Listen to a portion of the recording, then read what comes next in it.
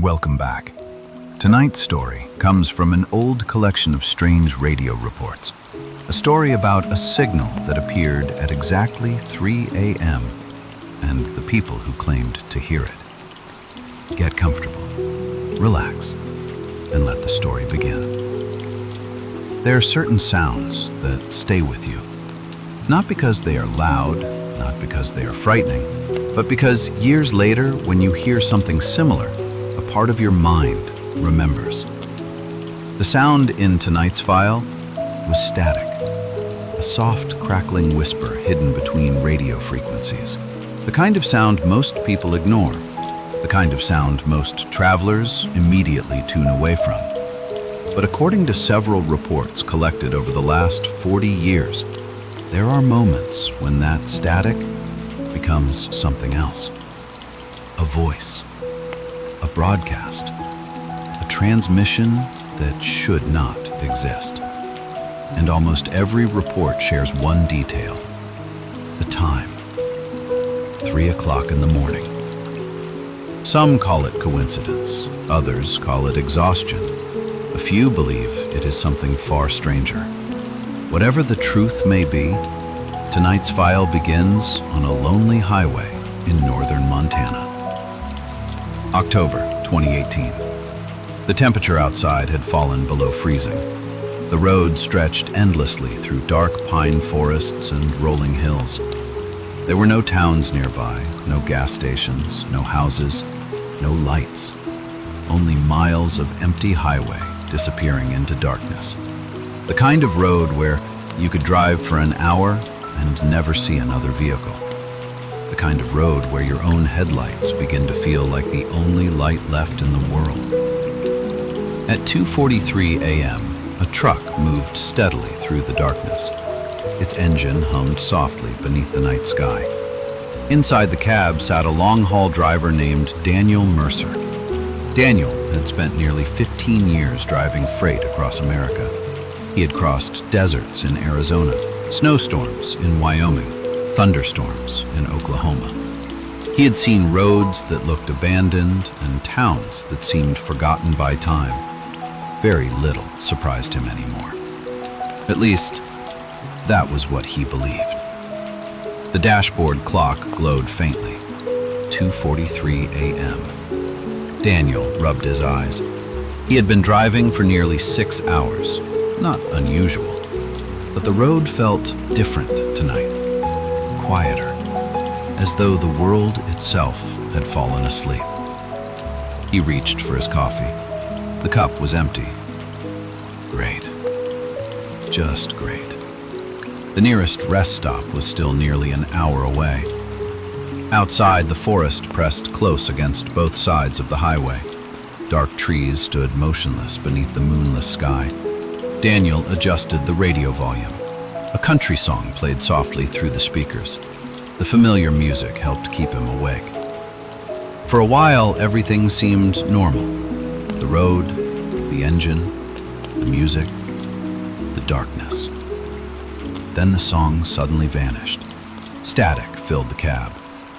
Daniel, come on. He tapped the radio. The static continued. He turned the tuning knob slightly. Nothing. More static. Another adjustment. Still static. The mountains sometimes interfered with reception. It happened all the time. Usually a stronger station appeared after a few seconds. This time, however, something strange happened. A voice emerged. Not suddenly, not clearly. It seemed to rise slowly from the static itself, as though someone were speaking from very far away. Daniel. The voice sounded old, calm, measured, almost soothing. Good morning, travelers. Daniel glanced at the display. No station name appeared, no frequency information, just empty numbers. The voice continued. You are listening to Radio Station 13. Daniel had never heard of it. Not surprising. America had thousands of local stations. Yet something about this one felt unusual. The signal sounded impossibly clear. Not strong, clear, as though the speaker were sitting directly beside him. The voice carried no background noise, no music, no advertisements, only silence, and then words, slow, patient, deliberate. Tonight's roads are quiet. The truck rolled through darkness. Daniel listened without realizing he was listening. The host continued. The forests are sleeping. The towns are sleeping. The travelers are not. A chill moved across Daniel's arms. Something about the delivery felt strange. Not threatening, not dramatic, just wrong. Like hearing someone whisper in a church. Daniel shook his head. Lack of sleep, that was all. The host spoke again. We have a special message tonight. Daniel smirked. Here comes the weather report. Instead, the voice said, Daniel Mercer. The smile vanished from his face. His hands tightened around the steering wheel. For several seconds, he simply stared ahead. Maybe he heard wrong. Maybe the host had said another name, a similar name, a common name, anything but his own. The voice returned, calm as ever. Daniel Mercer. The truck driver swallowed. A knot formed in his stomach. The road ahead remained empty. The forest remained silent. The voice continued. Slow down. Daniel's pulse quickened. What? Slow down before the curve. Daniel glanced ahead. There was no curve, only a straight stretch of highway illuminated by headlights. The road looked completely normal. Still, something made him ease off the accelerator. The truck gradually slowed.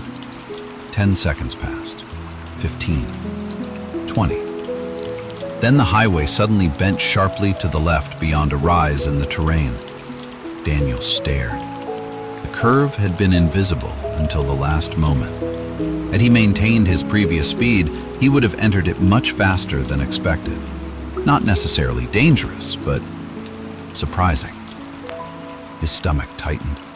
The radio remained silent, almost as though it were waiting for him to react. Daniel looked at the dashboard display again. Nothing. No station information, no frequency, only darkness. The voice finally returned. Good. Daniel's mouth went dry. A truck driver with 15 years of experience suddenly felt very uncomfortable. He reached for the tuning knob. The signal disappeared instantly.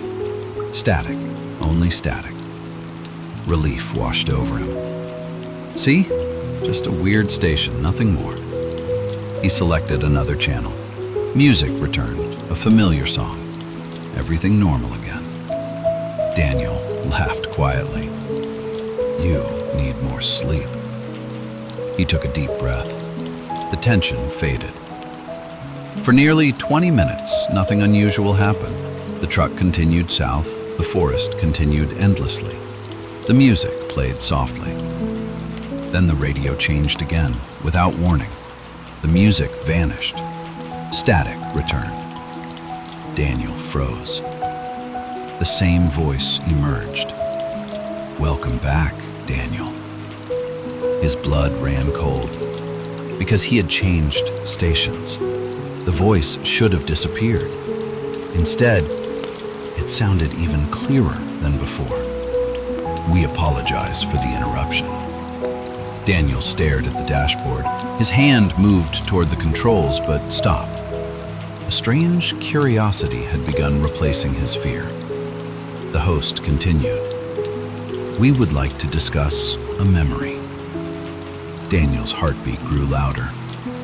What memory? The answer arrived immediately. The lake. Daniel nearly slammed on the brakes. No one knew about the lake. At least, nobody outside his family. 22 years earlier, summer, Minnesota. Daniel had been 11 years old.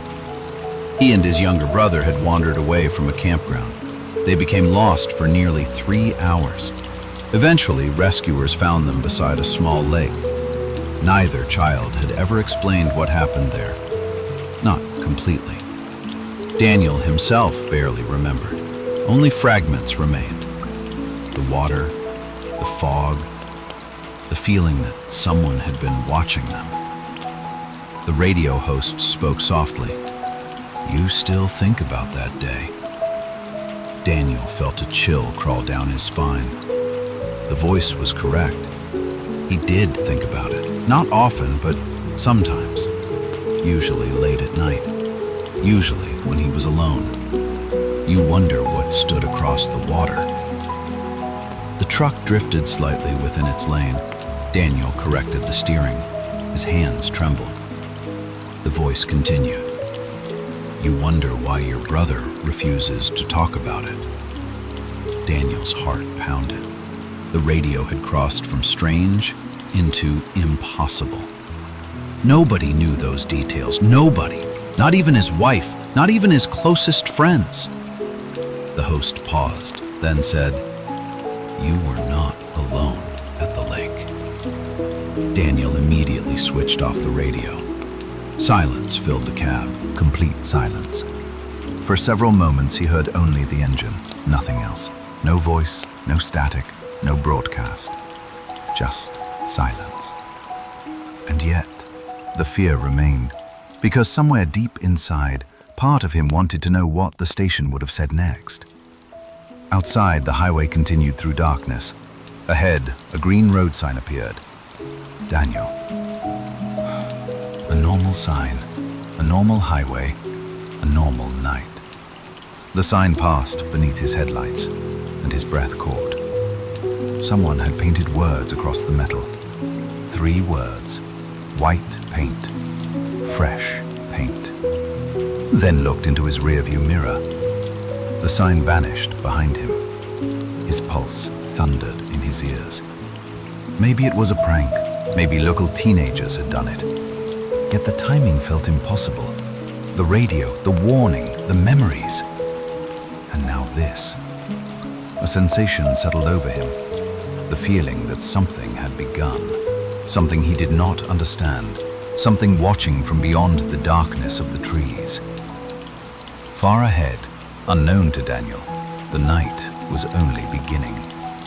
And at exactly 3 a.m., radio station 13 would speak again. The dashboard clock changed. 3 a.m. For a moment, nothing happened. The highway remained empty. The forest remained silent. The truck continued forward through the darkness. Daniel kept both hands on the steering wheel. The radio was still switched off. He had no intention of turning it back on. Whatever that station was, whatever game someone was playing, he wanted no part of it. The green glow of the dashboard illuminated the cab. Outside, cold wind moved through the trees. Inside, only the steady hum of the engine remained. Daniel glanced at the clock again. 3:01 a.m. Then something happened. A sharp burst of static exploded from the speakers. Daniel nearly jumped. The radio had turned itself on. The volume was low, but the sound was impossible to ignore. Static crackled softly. Then came the voice. Calm, patient, almost friendly. "Thank you for staying with us, Daniel." A chill ran through him, his eyes fixed on the road. The voice continued. "Tonight's roads are quieter than usual." Daniel reached toward the radio. The power button would not respond. He pressed it again. Nothing. Again, nothing. The radio remained on. The voice remained calm. "We understand you have questions." Daniel stopped touching the controls. His heart was beating faster now. The station continued. "Most travelers do."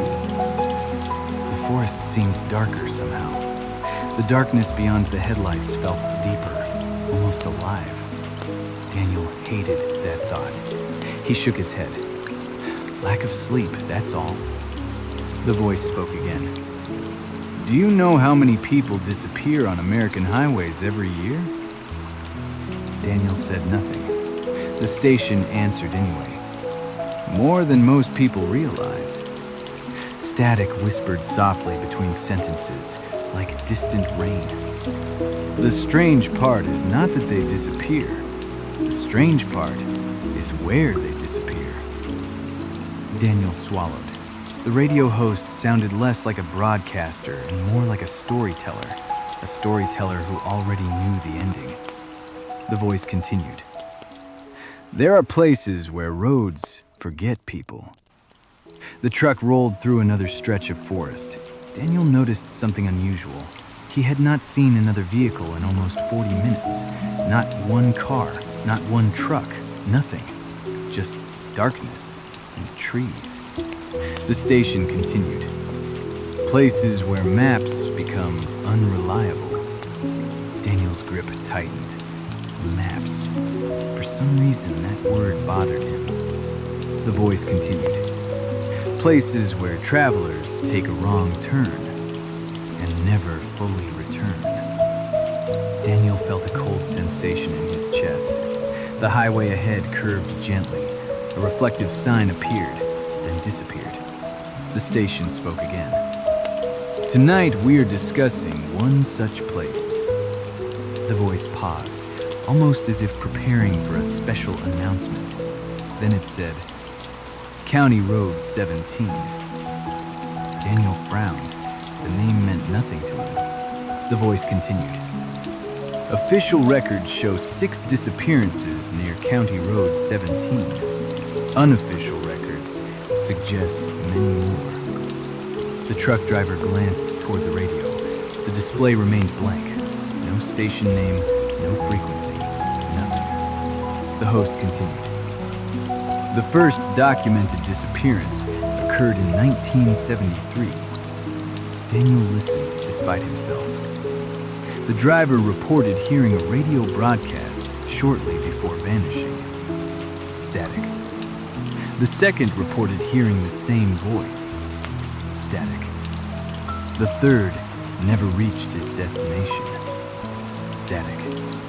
The fourth left behind a notebook. In that notebook were 3 words. Daniel already knew what was coming. The voice spoke softly. Read the signs. A knot formed in his stomach. The painted message, the highway sign, the timing. None of it felt like coincidence anymore. The station continued. The notebook was discovered 3 years later. The driver was never found. Daniel suddenly wished he had another vehicle nearby, another human being, anyone. The road felt impossibly isolated. The forest felt endless. The darkness felt heavy. The radio crackled. Then a new sound appeared. A telephone ringing. 1 ring, 2 rings, 3 rings. The host spoke. It appears we have a caller. Daniel frowned. Caller? At 3 in the morning? The line clicked. A man's voice emerged. Weak, distant, almost buried beneath static. Hello? The host answered. Thank you for joining us. The caller sounded confused. Where am I? Daniel felt goosebumps rise along his arms. The caller continued. I've been driving for hours. I can't find the highway. The host replied calmly. What year is it? Several seconds passed, then the caller answered. 1987? Daniel's heart skipped. The station remained silent. The caller laughed nervously. Why are you asking that? The host did not answer immediately. When it finally spoke, the voice sounded softer, almost sad. Because it is no longer 1987. Silence. Stopped speaking. For several moments, only static filled the truck cab. Then came a whisper. A frightened whisper. No. The caller breathed heavily. No. The line suddenly went dead. Daniel felt frozen. Every instinct told him to turn the radio off, yet he continued listening. The host returned. As we mentioned earlier, roads forget people. The truck moved beneath another highway sign. This one appeared clean, normal. Daniel exhaled. Then his headlights illuminated something strange. A smaller sign beneath it. Rusty, old, almost hidden. County Road 17. An arrow pointed right. Daniel's stomach dropped. The radio spoke immediately. "Your turn is approaching." Daniel stared at the sign. The road continued straight. County Road 17 disappeared into darkness. Nothing about it looked inviting. Nothing about it looked safe. The station continued. "You have been searching for answers." Daniel laughed nervously. "No," but the station ignored him. "You have been searching since the lake." The mention of the lake again sent another chill through him. The host continued. "You have been searching since childhood. You simply didn't realize it." Daniel looked straight ahead. His pulse thundered in his ears. The road sign disappeared behind him. For several seconds, he considered continuing south. Forget the station. Forget the signs. Forget everything. Keep driving. Reach the next town. Find a motel. Sleep. Yet something held him. Curiosity. The same curiosity that causes people to open locked doors. The same curiosity that causes people to follow strange sounds. The station spoke again. "County Road 17. The answers are waiting." Daniel hated how much he wanted to know. The radio crackled, then became silent. For the first time in several minutes, complete silence. No voice, no static, nothing, only the engine. Daniel drove another half-mile, then another. His thoughts raced. The logical part of his mind demanded he ignore everything. But another part remembered something. The lake, the fog, the strange shape across the water. A memory buried for 20 years. A memory he had never fully understood. Finally, Daniel slowed the truck. The turn signal clicked. Orange light flashed against the darkness. The massive vehicle gradually left the highway. Its tires rolled onto County Road 17. The moment he completed the turn, the radio came alive again. The host sounded pleased. "Excellent." Daniel immediately regretted his decision. County Road 17 was narrower, darker, older. The pavement looked cracked and neglected. Trees crowded both sides of the road. Branches hung overhead, creating a tunnel of darkness. The headlights illuminated only a short distance ahead. Everything beyond remained hidden. The station continued. "Please remain on the road." Daniel frowned. "What?" The host repeated itself. "Please remain on the road." The warning felt oddly specific. Daniel looked left. Dense forest. Right, dense forest. There was nowhere else to go. The truck continued deeper into the darkness. Minutes passed.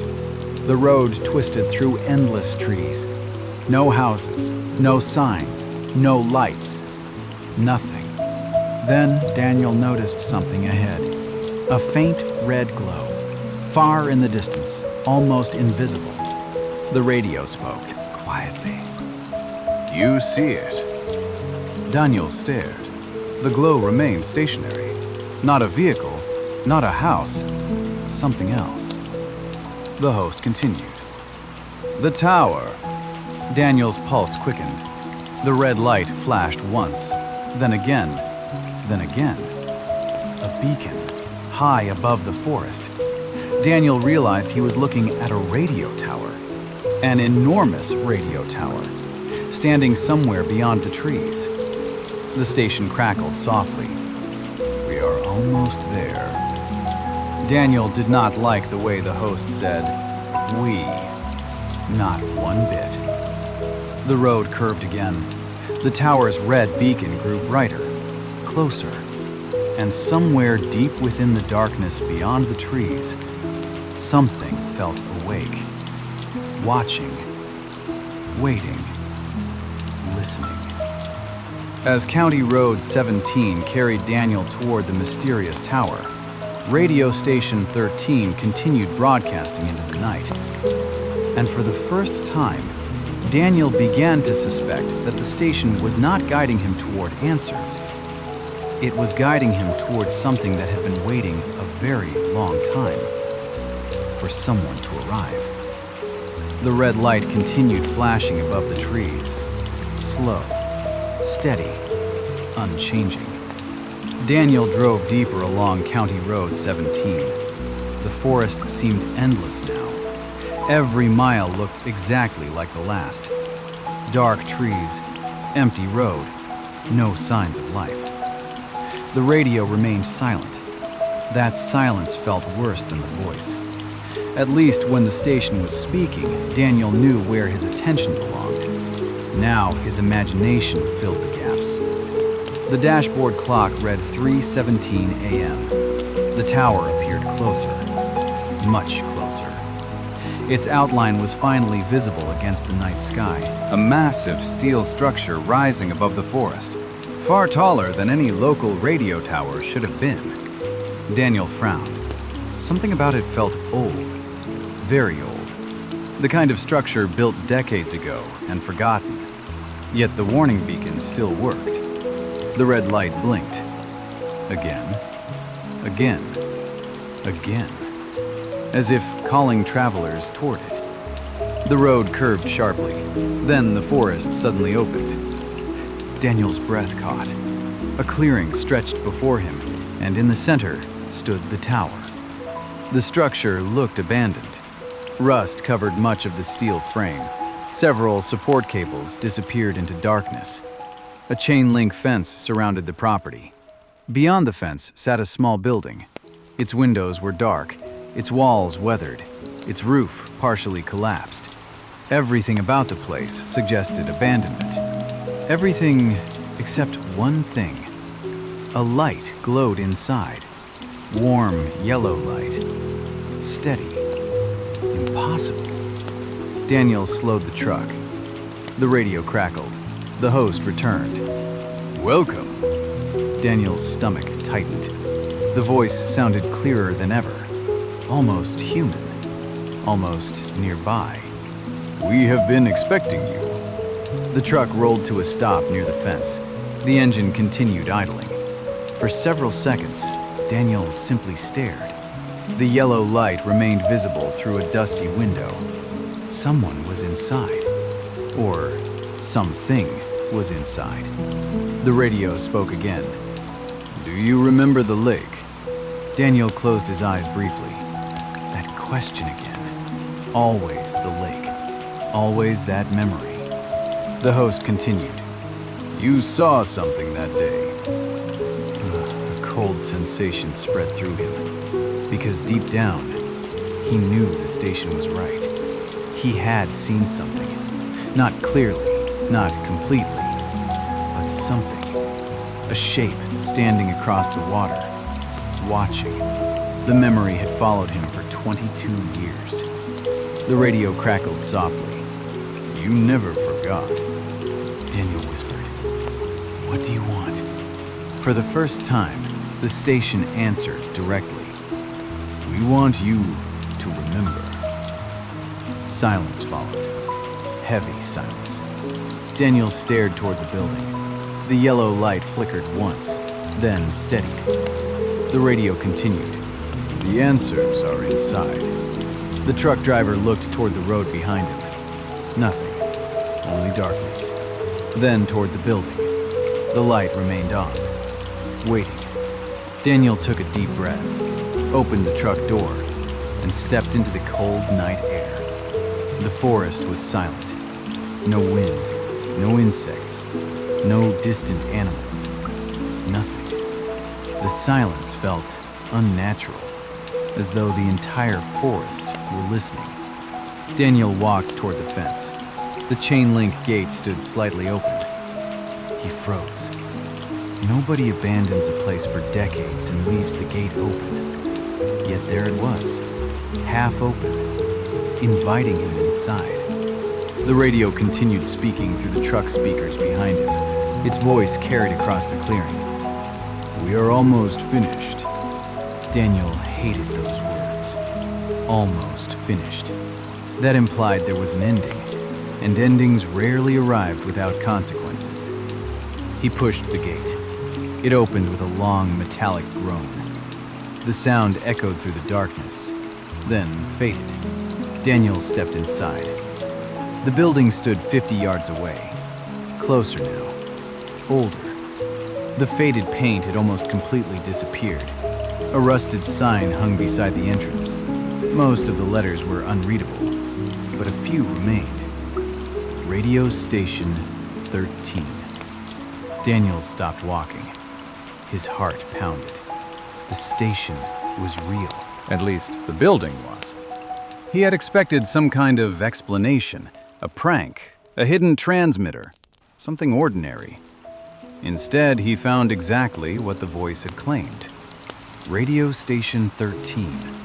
The building from the broadcast. The source of the impossible signal. The yellow light flickered again. Daniel approached the front door. The wood looked ancient, weathered, cracked. He placed a hand on the handle. Cold metal. Then slowly pushed. The door opened. Inside, a narrow hallway stretched ahead. Dust covered everything. Old photographs hung crookedly on the walls. The air smelled stale, forgotten, abandoned. Yet the light remained bright. At the end of the hallway stood another door, partially open. Daniel moved carefully. Each step echoed. The building felt empty, completely empty. And yet, he could not shake the feeling that someone was nearby, watching. The second door stood open. Beyond it waited a broadcast studio. Daniel entered slowly, then stopped. The room looked frozen in time. Microphones, control panels, old recording equipment, shelves filled with tapes. Everything appeared untouched, as though the staff had simply walked away one day and never returned. The yellow light came from a lamp sitting on a desk. A single lamp. Nothing else. Daniel approached the desk. A notebook rested beneath the lamp, its pages yellow with age. On the cover, someone had written a date, October 17th, 1987. Daniel stared. 1987. The same year mentioned by the mysterious caller. He opened the notebook. The handwriting was hurried, uneven. The first page contained only one sentence. "If you are reading this, the station found you too." A chill crawled down his spine. He turned the page. More writing, more notes. Most were impossible to understand. Fragments, warnings, observations. Then one line caught his attention. It had been written repeatedly across an entire page. "Do not answer the voice. Do not answer the voice. Do not answer the voice." Over and over. The same sentence, hundreds of times. Daniel swallowed. A sudden burst of static exploded from somewhere nearby. He nearly jumped. The sound came from another room, a room hidden behind the studio. The radio host returned. Soft, calm, patient. "Daniel." The voice no longer sounded like it came from the truck. It sounded like it came from inside the building. His pulse raced. The host continued. "You are very close." Daniel followed the sound. A narrow doorway led into a second room.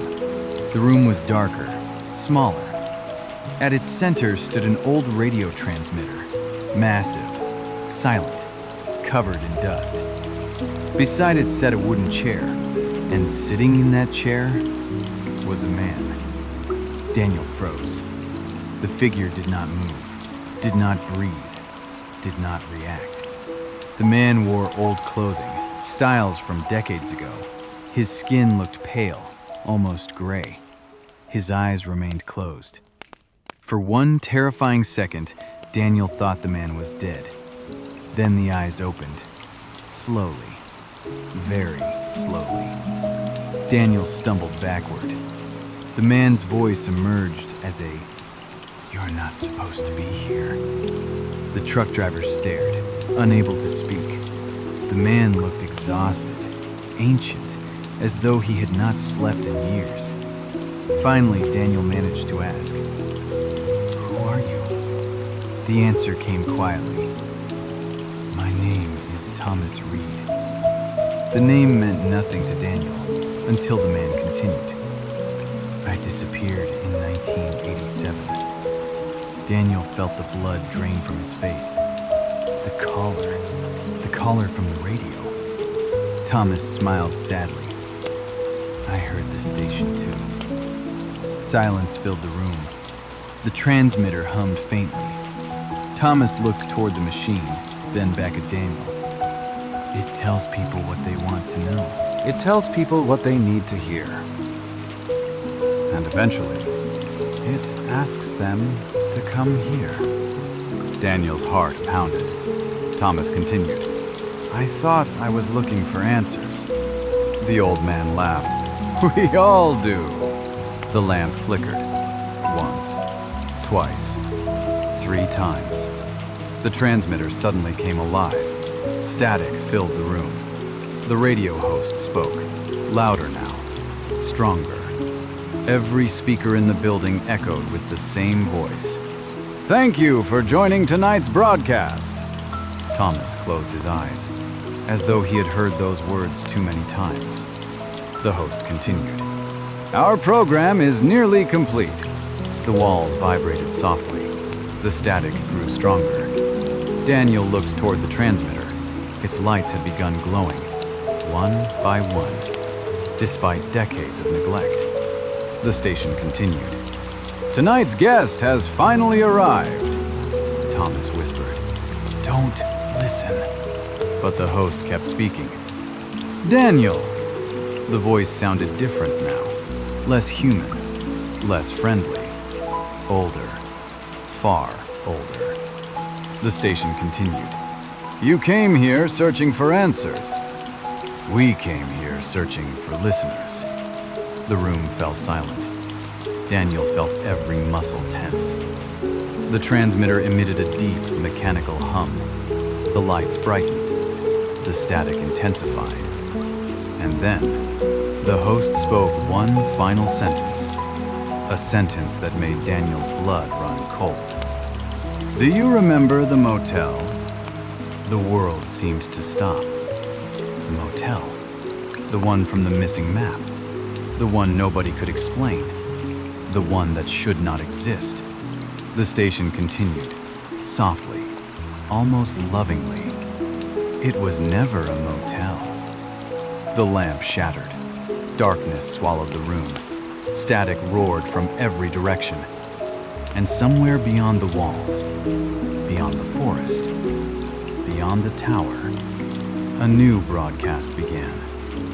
One meant for someone else, on another road, in another state, at exactly 3 a.m. Darkness swallowed the room. For a moment, Daniel could see absolutely nothing. The shattered lamp lay somewhere on the floor. The radio transmitter hummed louder. The static became deafening. Every speaker in the station erupted with noise. Daniel covered his ears.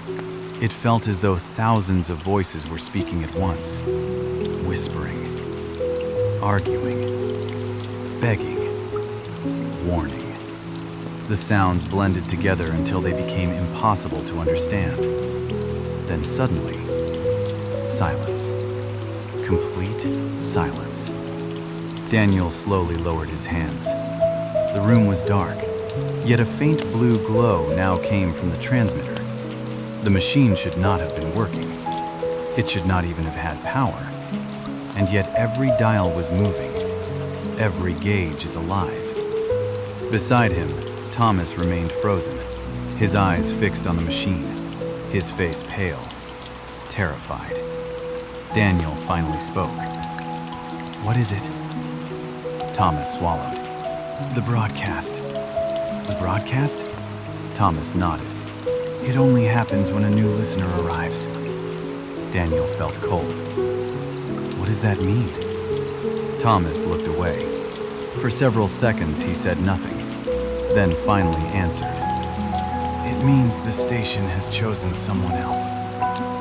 The transmitter crackled. A burst of static filled the room. Then came a voice. Not the host. A different voice. A woman's voice. Weak. Distant. As though speaking through a storm. "Hello?" Daniel froze. The woman sounded frightened. Very frightened. The voice continued. "Can anybody hear me?" Static answered. Then the station host returned. Calm as ever. "We hear you." The woman immediately sounded relieved. "Oh, thank God." Static crackled. The woman continued. "My car broke down. I've been driving for hours, and it keeps raining." Thomas suddenly looked terrified. The color drained from his face. Daniel noticed. "What is it?" Thomas whispered. "No." The truck driver frowned. "What?" Thomas backed away from the transmitter. "No, no, no." His voice trembled. His hands shook. The woman continued speaking through the radio. "The motel manager says the storm will pass, but it hasn't stopped raining." Thomas looked as though he had seen a ghost. Daniel grabbed his shoulder. "What's wrong?" Thomas stared at him, then spoke 4 words. 4 words that immediately made Daniel uneasy. "Pine Motel." The room became silent. The woman's voice disappeared. Only static remained. Daniel felt a strange sensation in his chest. "Pine Motel?" Thomas nodded. His eyes remained fixed on the transmitter. "I've heard that name before." Daniel waited. Thomas took a shaky breath, then continued. "Over the years, the station brings people here, but sometimes it sends people somewhere else." The transmitter crackled again. The woman returned. This time her voice sounded weaker. "Can somebody help me?" Rain could be heard in the background. Heavy rain. Endless rain. The sound filled the room. Daniel listened carefully. Something about it felt strange. The rain never changed intensity, never became softer, never became stronger. It sounded exactly the same every second, like a recording playing on a loop. Thomas noticed it too. His face tightened. "The rain." Daniel looked at him. "What about it?" Thomas whispered. "It's always the same." A chill crawled down Daniel's spine. The station host spoke again. "Please remain in your room." The woman sounded confused. "What room?" The host answered. "Your room at Pine Motel." The woman laughed nervously. "I don't understand." The host continued. "You checked in at 11:14 p.m. You are staying in room 8. The woman stopped speaking. Several seconds passed. Then came her reply, a frightened reply. "How do you know that?" The host never answered. The line suddenly went dead. Static returned. Thomas sat down heavily. His hands covered his face. Daniel stared at the transmitter. What was that? Thomas looked up. His eyes seemed older than before. "The next file." Daniel frowned. "The next what?" Thomas pointed toward the machine. "The next story." The words echoed through the room. The next story. The next file. The next listener. The next mystery. The transmitter hummed louder. Then a sheet of paper slowly emerged from a slot on the side. Daniel stared. The machine should not have been capable of printing anything, yet the paper continued sliding outward, inch by inch. Eventually, it stopped. Daniel approached carefully. The page contained only a few lines, typed in black ink. Radio station 13 files. The rain never stopped at Pine Motel. Subject status, active. Listener status, unknown. Daniel felt a chill. The paper was warm, as though it had just been printed. Thomas stared at the page, then slowly stood. It's beginning. The truck driver looked at him. What is beginning? Thomas gave a smile. The next broadcast. The building suddenly shook. Dust fell from the ceiling. Outside, a powerful wind howled through the trees. The red beacon atop the tower flashed rapidly. Again, again, again. Almost like a warning. The host returned one final time. Its voice filled every room of the station, every hallway, every speaker, every corner of the building. The voice no longer sounded human. It sounded ancient, timeless, something vast hiding behind a friendly tone. Thank you for listening. We hope you enjoyed tonight's program. Our next broadcast begins soon. Please remain tuned. The transmitter lights brightened. The blue glow filled the room. The air itself seemed to vibrate. Daniel stepped backward. Thomas did the same. Neither man spoke. Neither man moved. The host delivered its final message. And this time, the message was not for Daniel. It was for someone else. Somewhere far away. Driving through a storm, searching for shelter. The voice whispered, "If you are hearing this, the rain has already started." The building suddenly went dark. Every light vanished. Every sound disappeared. The transmitter died. The static ended. The station fell silent. For several moments, neither man moved. Then, slowly, very slowly, the first sound returned. Rain. Not outside, not on the roof. Inside the radio speakers. A distant, endless rainfall. Steady, unchanging, waiting. And somewhere, hundreds of miles away, a lonely traveler pulled into a roadside motel. A faded sign glowed through the storm. The neon letters flickered weakly. Pine Motel. The rain continued falling, exactly as it always had, exactly as it always would. And for the traveler standing beneath that sign, the nightmare was only beginning. This has been another entry from the Radio Station 13 files. Good night, travelers. And if the radio speaks at 3 a.m., let it keep its secrets. What would you do if a radio station suddenly called your name at 3 a.m.? Also, keep an eye out for file number 3. The rain never stopped at Pine Motel. Good night, travelers.